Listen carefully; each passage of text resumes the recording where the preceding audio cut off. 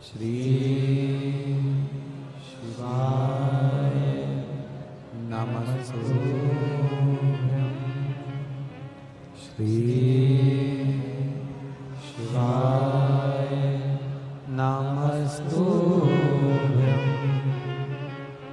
भोला सब दुख काटो मारा, ओ भोला सब दुख काटो मारा। शिव शंकर जपो तेरी माला, भोले बाबा जपो तेरी माला। भोला सब दुख काटो मारा, ओ भोला सब दुख काटो मारा। वेश मंगल मंगलकारी, वेश मंगल मंगलकारी। शमशान वासी हमारा, शमशान वासी हमारा। ओ भोला सब दुख काटो मारा, ओ भोला सब दुख काटो मारा। शिव कथा करे, भगवान शंकर का संवाद करा, शिव तत्व करा। 3 जगह पर नारी को पवित्रता का भाव वर्णित कर दिया। अब जितनी माताएं बैठी हैं वो भी मुख से बोलेंगे। पहला स्थान कौन सा बताया? बच्चा जब छोटा है, गोदी में है, वो बच्चा गंदगी भी कर रहा है तो भी नारी पवित्र है। दूसरा स्थान कौन सा बताया? पति की सेवा अगर पत्नी कर रही है, पति सेवा में लगी है तो वो पवित्र है। तीसरा स्थान कौन सा बताया? घर के बुजुर्ग माता पिता सास ससुर की सेवा में लगी है, वो पवित्र है। ये पवित्रता का भाव वर्णन किया।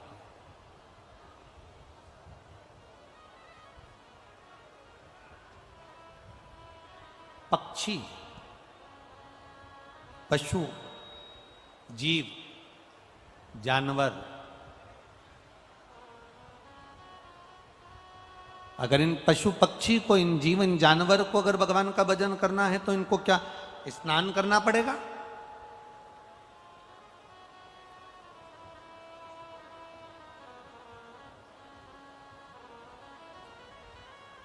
क्या इनको उस स्नान के बाद पूजन करेंगे तो उसका क्या फल प्राप्त होगा? कल एक प्रसंग पर अपन रुके थे कि सौभाग्यवती नारी, सुहागिल स्त्री जब सुहागिलें करती हैं, अब यहाँ पर गौरनी बोलते हैं कि सुहागिल बोलते हैं, जो भी आप लोग बोलते होगे वो अपने ऊपर है, आप लोगों के ऊपर है। तो जब सौभाग्यवती नारी गोदी में ये सती मैया के प्रसंग से ये प्रसंग है, ध्यान देना महाराज, बहुत बहुत स्मरण में रखिएगा। आपके कोई पूछे तो आप लोगों को जवाब देने में दिक्कत नहीं आएगी और आप उस का स्मरण करेंगे।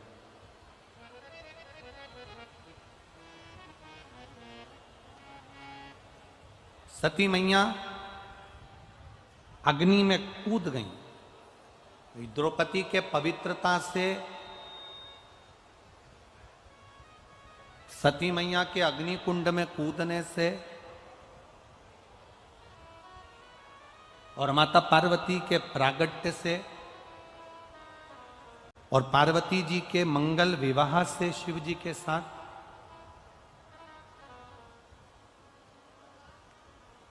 और शिव जी के यहां से जब भगवान शंकर के साथ माता पार्वती जी जब विवाह कर कर आ गई, शादी कर कर जब पहुंच गई, विवाह कर कर जब पहुंची हैं और लक्ष्मी, सरस्वती, गायत्री, इंद्राणी, ये सभी देवियां जब कैलाश धाम पर एकत्रित हुई,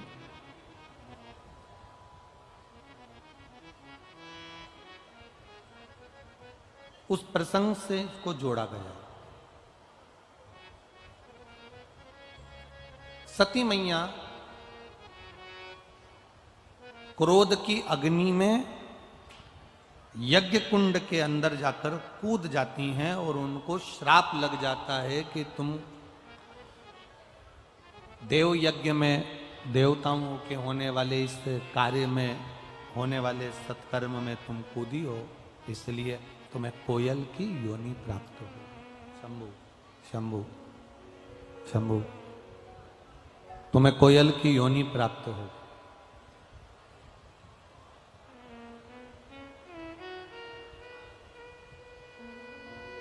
सती मैया ने हाथ जोड़कर देवादिदेव महादेव से प्रार्थना की।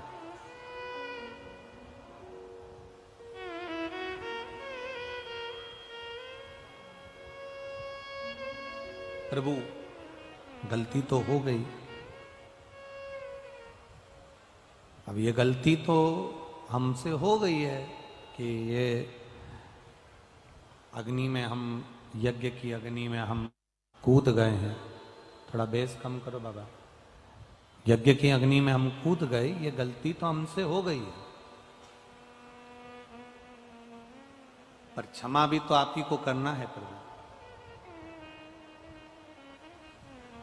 क्षमा भी तो आप ही को करना है। शंकर भगवान ने कहा, तुम कोयल के रूप में जन्म लेने के बाद में जब 2 आषाढ़ पड़ेंगे, जिसको दुनिया के लोग कोकिला अधिक मास कहेंगे, और ये 2 आषाढ़ में तुम जब मेरी आराधना करोगी अखंड सौभाग्य को पाने के लिए,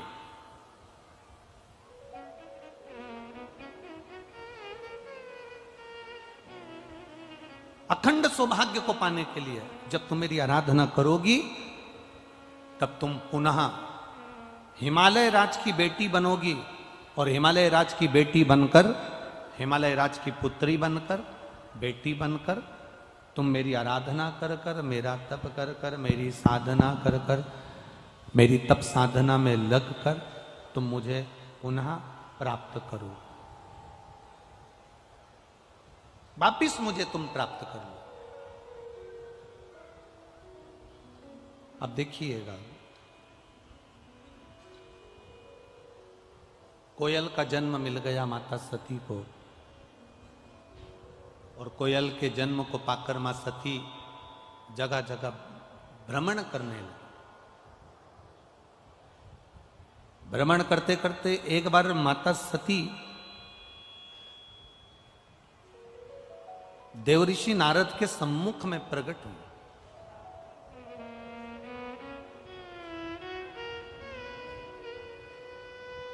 और देवऋषि नारद ने जब माता सती को देखा तो माता सती से कहा, सती, मां को नमन कर कर कहा कि एक छोटी सी गलती सती माता तुमने कर ली। एक तो अपने पति के सामने जाकर झूठ बोल दी, दूसरा सीता जी बनकर राम जी की परीक्षा ले ली, तीसरा अपने पिता के घर में यज्ञ में तुम बिना बुलाए चली गई, और चौथा जो गलती तुमने करी है वो गलती, सबसे प्रबल गलती ये करी कि उस यज्ञ की अग्नि में, यज्ञ के कुंड में तुम कूद कर अपने प्राणों को त्याग दिया। उस यज्ञ की अग्नि में तुमने अपने प्राणों को त्याग दिया, उस यज्ञ की अग्नि में तुम अपने प्राणों को छोड़ दिया। अब थोड़ा सा ध्यान लगाना, ये जितनी माताएं बैठी हैं, जितने भाई बैठे हैं, जितने लोग आस्था चैनल पर कथा सुन रहे हैं, जितने फेसबुक यूट्यूब पर कथा सुन रहे हैं, जरा ध्यान लगाकर कथा का स्मरण करना। सती मैया के जन्म से पहले, पार्वती जी के जन्म से पहले जितने जितने जन्म माता पार्वती के हुए हैं, उमा बनकर, कात्यायनी बनकर, चंद्रघंटा बनकर, कुष्मांडा बनकर, स्कंदा बनकर, कात्यायनी बनकर, गौरी बनकर, उमा बनकर, ये सब माता पार्वती जी के जन्म के पहले के सारे जन्म माता पार्वती के हैं, जितने भी हैं। उमा, कात्यायनी, चंद्रघंटा, गौरी, महागौरी, स्कंदा, कात्यायनी, ये जितने जितने माता के अवतार हैं, ये सब पार्वती जी के जन्म के पहले के हैं।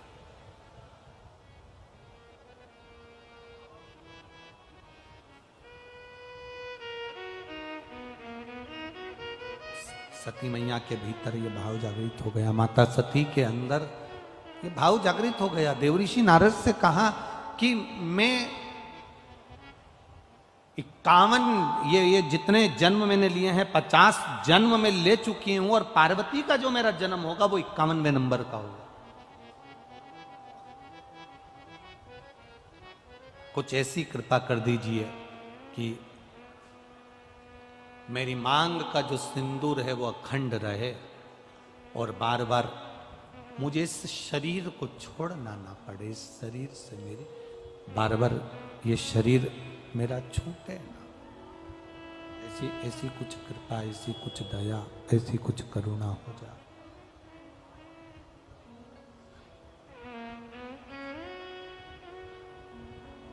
कहा देवऋषि नारद तुरंत वर्णन कर दिए, मां जब तुम्हारे चित्त में, जब तुम्हारे भाव में, तुम्हारे हृदय में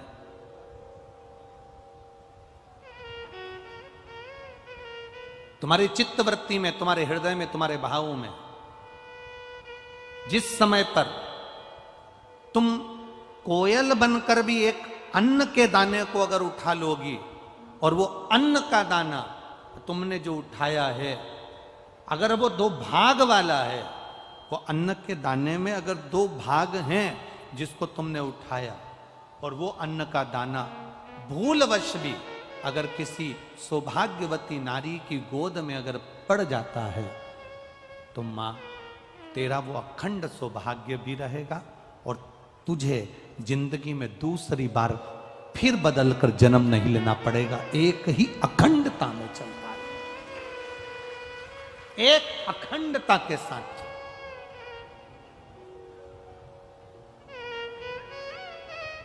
कभी आप अपने घर की बुजुर्ग माताओं से पूछना कि ये सुहागिल जब हम करते हैं, सौभाग्यवती नारियों को जब हम सुहागिलों को जब हम बुलाते हैं, मांग में सिंदूरा देते हैं, गोदी में चना और गुड़ डाल देते हैं उसके, तो ये चना गुड़ का महत्व क्या है? कभी सौभाग्यवती नारियों से या जितनी सुहागवती माताएं हैं, जो बुजुर्ग घर की माताएं हैं, उनसे पूछना कि ये सुहागिल जब हम करते हैं, 11, 5, 7 बिठाते हैं, उनकी गोदी में चना और गुड़ जो हम डाल देते हैं, ये प्रसंग कहां का, ये प्रसंग का सार तत्व कहां से?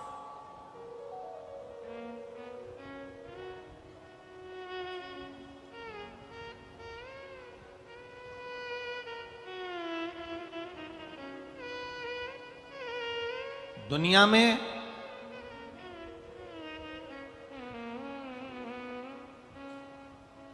सब चीज में मिलावट हो सकती है, ऐसी कोई चीज नहीं जिसमें मिलावट नहीं हो। दुनिया में सब चीज में मिलावट हो सकती है, केवल एक चना और गुड़ ऐसा होता है जिसमें मिलावट का कोई काम नहीं होता है। गुड़ के अंदर खार हटाने के लिए, कालापन हटाने के लिए थोड़ा बहुत उसमें कुछ डाल सकते हैं, पर रहेगा वो गुड़ गन्ने का रस ही। गुड़ को साफ किया जा सकता है, गुड़ का पाउडर बनाया जा सकता है, गुड़ का पाउडर का डब्बा बनाया जा सकता है, गुड़ की बड़ी ढेली बनाई जा सकती है, गुड़ की छोटी ढेली बनाई जा सकती है, गुड़ की और छोटी ढेली, पर रहेगा वो गुड़ ही। उसमें मिलावट सफाई के लिए कर सकते हो, पैकिंग के लिए कर सकते हो, सुंदर दिखने के लिए कर सकते हो, अच्छा बनाने के लिए कर सकते हो, आप उसकी पैकिंग या अच्छा बनाने के लिए उसको कर सकते हो, पर रहेगा वो गुड़ ही।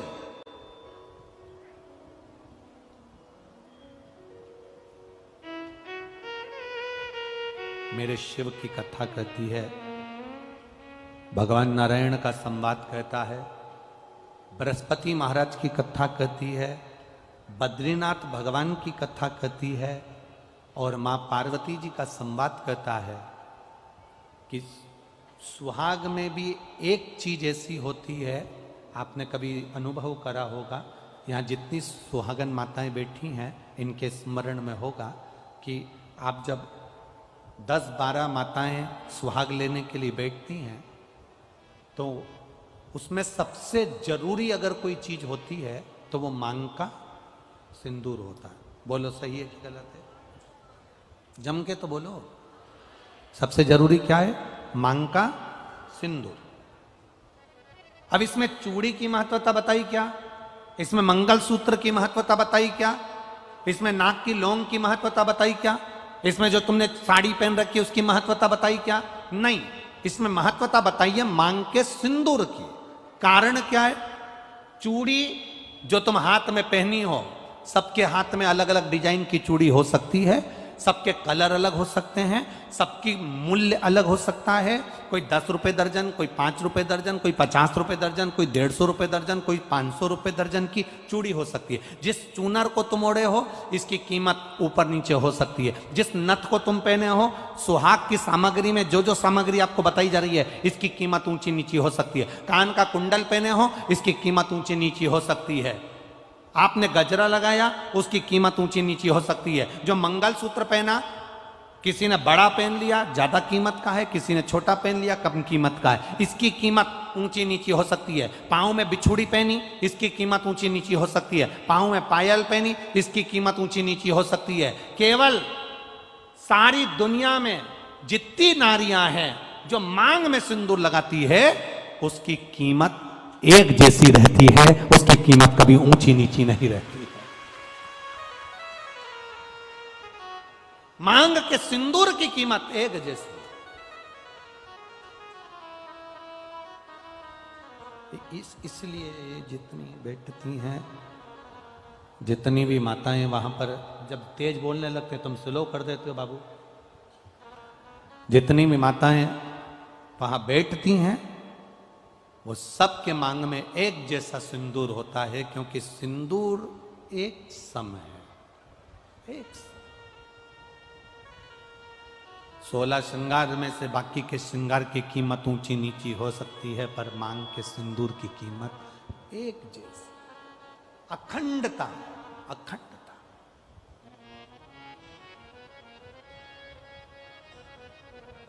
अखंड।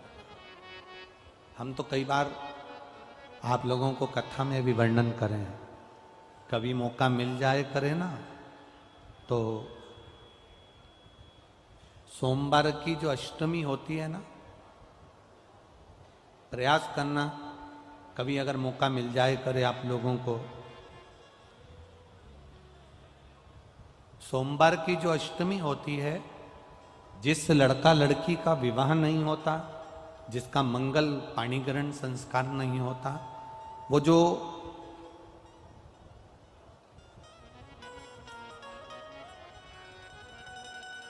ये अशोक सुंदरी वाली जो जगह होती है, ये शिवलिंग है, ये जलाधारी है।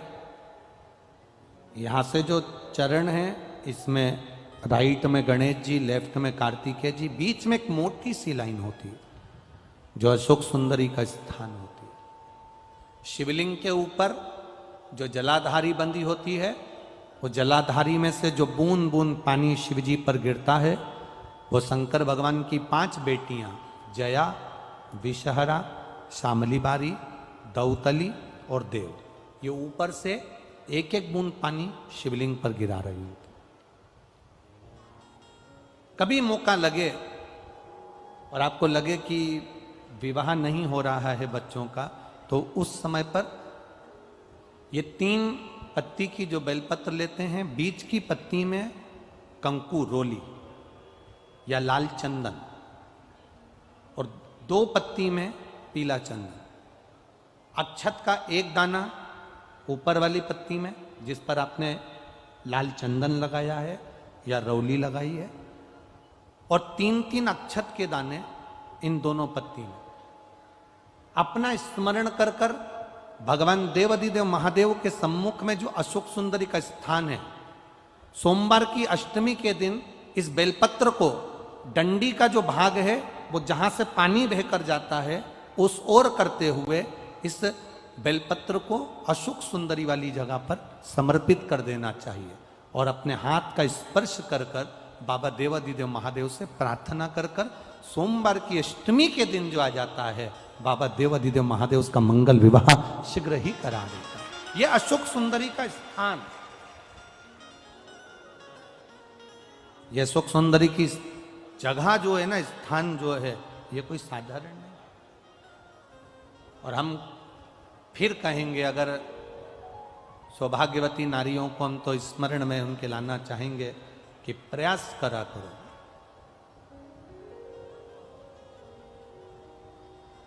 प्रयास करा करो कि सुहाग की सामग्री आप चुंदड़ी देते हो, चूड़ी देते हो, काजल देते हो, लाली देते हो, आप बहुत सारा सामान सुहाग का देते हो, हम मना नहीं करेंगे, पर प्रयास करा करो कि सुहाग की सामग्री कभी भी प्लास्टिक की डलिया में नहीं, बांस की टोकनी में रखकर देना चाहिए।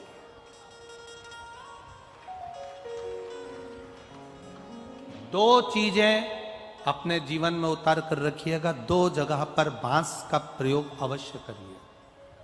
एक, बेटी की विदाई करो, पहली बार अगर बेटी जा रही है, पहली बार अगर बेटी जा रही है और अपने घर से बेटी की विदाई हो रही है, तो बांस की टोकनी में वो मैदे की जो पूड़ी बनाते हो, यहाँ चलता है कि नहीं चलता वो हमको नहीं मालूम, पर हमारे यहाँ तो पूरे मालवा में, गुजरात में, मारवाड़ में, पूरे में चलता है, इधर होता है मैदे की पूड़ी, शक्कर, ये प्लास्टिक की डलिया में नहीं, इसको बांस की टोकनी में रखकर भेजना चाहिए। और एक सुहाग की सामग्री, सौभाग्य की वस्तु, हमेशा जब भी किसी सुहागिन स्त्री को अगर सौभाग्य की वस्तु आप दे रहे हो, हरतालिका तीज का व्रत कर रहे हो और सुहाग सामग्री दे रहे हो, कोई आपने व्रत करा, उद्यापन करा, उसमें सुहाग सामग्री दे रहे हो, तो बांस की टोकनी में देना चाहिए, बांस की डलिया। उसका कारण क्या होता है? बांस एक ऐसा होता है, बांबू बांस एक ऐसा होता है जो कि कितना भी उसको काट लो वो फिर बढ़ना प्रारंभ हो जाता है, फिर काटो फिर बढ़ना प्रारंभ हो जाता है, फिर काटो फिर बढ़ना प्रारंभ हो जाता है। इसलिए सुहाग की वस्तु अगर हमने एक जरा सी सामग्री भी सुहाग की डलिया में दी है तो वो अखंड सौभाग्य का काम कर जाती है और जिंदगी भर का काम कर जाती है। अब ना जाने कहां से ये तुम्हारे पास में प्लास्टिक की डलियां होना गई, तो लोग इतने सरल हो गए, बांस की डलिया लेंगे तो 15 रुपए की आएगी, प्लास्टिक की डलिया 3 रुपए 5 रुपए में आ जाएगी, 5 रुपए में आएगी, अपना काम खत्म, दे देंगे, दुनिया उसका यूज करेगी तो ठीक, ना करे तो। बांस की डलिया आजकल कौन रखता है गुरुजी, प्लास्टिक की डलिया तो लोग संभाल के रखते हैं, पर ये नहीं सोचती कि समय की अवस्था में ये बांस की डलिया बहुत काम आती है। किस जगह पर काम आती है? जब घर में मान लो कोई बड़ी बीमारी सम्मुख में आकर खड़ी हो जाती है, पति या किसी व्यक्ति को घर में रोग उत्पन्न हो जाता है, तुमने अगर बांस की डलिया में सुहाग का दान दिया है तो घबराना मती, तुम्हारे पति के प्राण यम भी नहीं ले जा सकता, उसको साधना पड़ता है। कई बार कई स्थान ऐसे हैं जहां पर बांस की डलिया का प्रयोग होना चाहिए।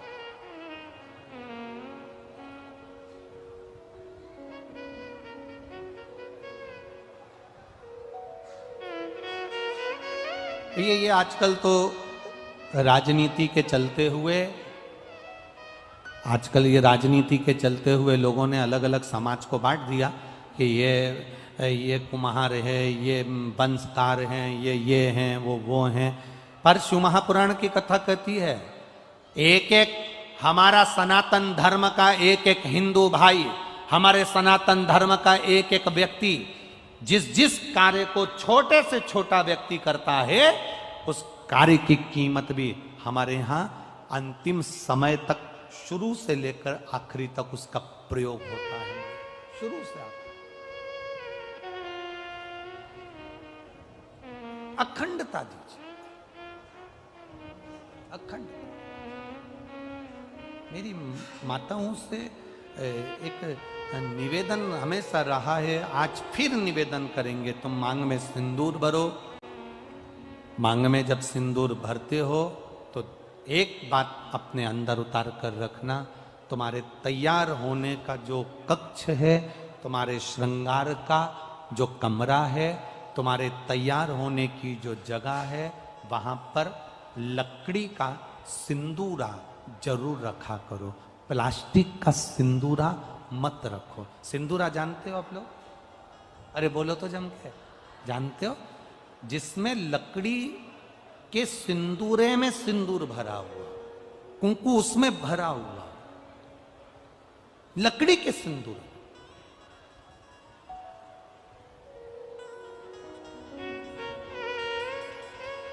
प्लास्टिक में नहीं, चांदी की डब्बी में नहीं, सोने की डब्बी में नहीं, एल्युमिनियम या पीतल की डब्बी में नहीं, लकड़ी के सिंदूरे के अंदर। और उस लकड़ी के सिंदूर के अंदर उस सिंदूर को पड़ा रहने दो और उसे उसमें से आप अपनी मांग के अंदर लगे, लकड़ी के उसमें से।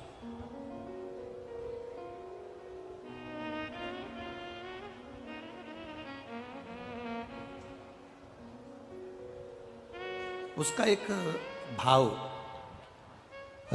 आपके यहां जब ब्राह्मण देवता शादी के समय पर मांग भरवाते होंगे, लड़के से कहते होंगे कि ये लड़की की मांग भरो, उस समय पर लकड़ी के सिंदूरे का महत्व ब्राह्मण देवता अपनी पोथी में से पढ़कर बताते होंगे कि लकड़ी का सिंदूरा क्या महत्व रखता है।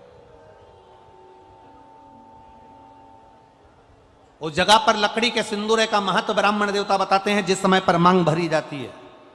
और मांग भरते समय ब्राह्मण देवता लकड़ी के सिंदूरे का महत्व बताते हैं कि पंचदेव, पंचायत, पंचदेव, भगवान विष्णु, मां दुर्गा, गणेश जी, सूर्य नारायण और भगवान शंकर। कितने देव? जम के बोलिए जरा। पंचदेव। पंचदेव शिव पंचायत के ये 5 देवता लकड़ी के सिंदूरे के अंदर रहते हैं। जब लकड़ी के सिंदूरे का आप दर्शन करेंगे तो वो गोल रहेगा, उस पे आगे का भाग एक उभरा हुआ होगा। करें दर्शन आप लोगों ने, उभरा हुआ भाग रहेगा। शिव महापुराण की कथा में और हमारे यहाँ जब ब्राह्मण देवता, जब लड़की की शादी होती है, लड़के की शादी होती है, तो लड़के के हाथ में सिंदूरा देकर कहते हैं इसकी मांग भरो। उस समय पर सिंदूर भरते समय ब्राह्मण देवता सिंदूरे का महत्व समझाते हैं कि इस सिंदूरे में, इस लकड़ी की डब्बी में, इस लकड़ी की डिब्बी को केवल लकड़ी की डिब्बी मत समझना, इसको सिंदूरा की डब्बी केवल सिंदूरा की मत समझना, इसको ध्यान लगाकर देखना। इसके अंदर मां दुर्गा, इसके अंदर गणेश जी महाराज, इसके अंदर सूर्य नारायण भगवान, इसके अंदर भगवान विष्णु, इसके अंदर देवाधिदेव महादेव, ये पंचदेव शंकर भगवान की पंचायत इस सिंदूरे की लकड़ी की डब्बी के अंदर रहती है। इसके अंदर जो सिंदूर भरा जाता है, इन 5 की साक्षी रखकर मांग में जाता है, जिससे नारी का सौभाग्य अखंड होता चले जाता है। अब अरे गुरुजी ये तो ओल्ड फैशन है।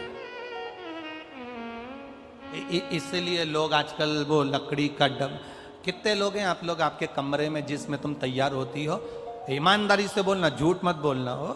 हम भले तुम्हारे वहां जाकर देखे नहीं, पर ईमानदारी से बोलना, तुम जितनी बैठी हो ना, इसमें से कम बस 2-4% लोग ऐसे होंगे जिनके घर में तैयार होने वाले कमरे में लकड़ी के डब्बे में सिंदूर है। बाकी के जितनी बैठी हो ना, सब वो प्लास्टिक की डब्बी से लगा लेते। प्लास्टिक, थोड़ा उसके महत्व को समझो। बोलो री जी हो, कित्तों के घर में रखा है? ए झूठ मत बोलना रही हो, बिल्कुल झूठ नहीं बोलना, सत्य बताओ कितने लोगों के यहाँ रखा है?